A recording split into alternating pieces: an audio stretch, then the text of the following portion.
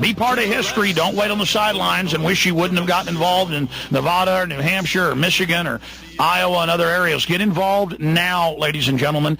I want to talk about the economy with Congressman Paul, but finishing up, if the Supreme Court gives some mixed thing of, well, you've got a right, but we can restrict it, that spin, which we've seen before from the lower courts, will this cause a constitutional crisis? Can't Congress do things to overturn that? Where do you see this going?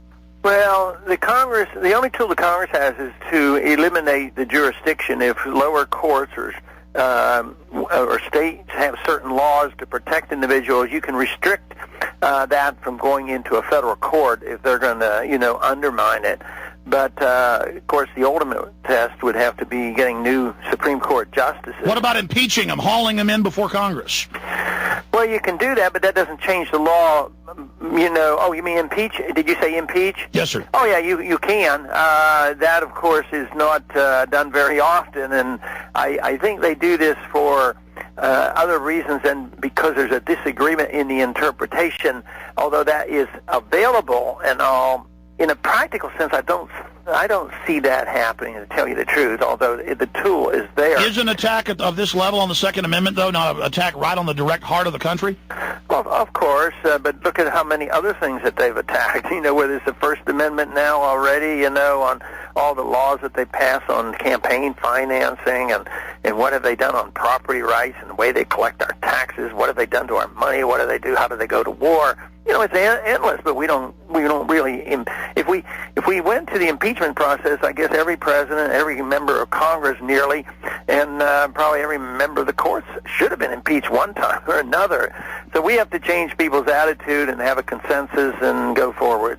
Congressman, two final questions. The economy, U.S. economic gloom brings new dollar low, gold surges. Again, it seems like every perfect storm, everything you've warned about for 30 years, now happening. Your take on the economy, top, bankers are saying we could have a global recession or depression. Your analysis, and A, what do you think is going to happen? B, what should we do now to pull out of this?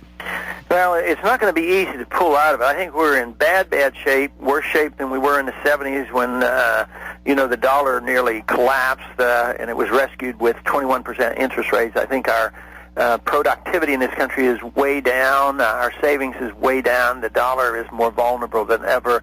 I think we're in for a weaker dollar, more inflation, higher interest rates, and a much weaker economy. And we're going to have to pay for living beyond our means. And a lot of people's standard of living is going down. 75% of the American people say now they're having economic problems. And yet our government keeps telling us there's no inflation, no problems, everybody's employed.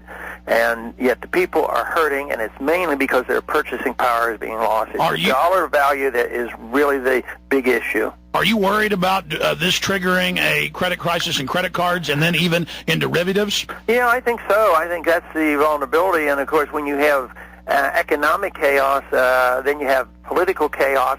And once again, if you have a 9/11 incident or something like that, they use that to do the things that they had planned all along.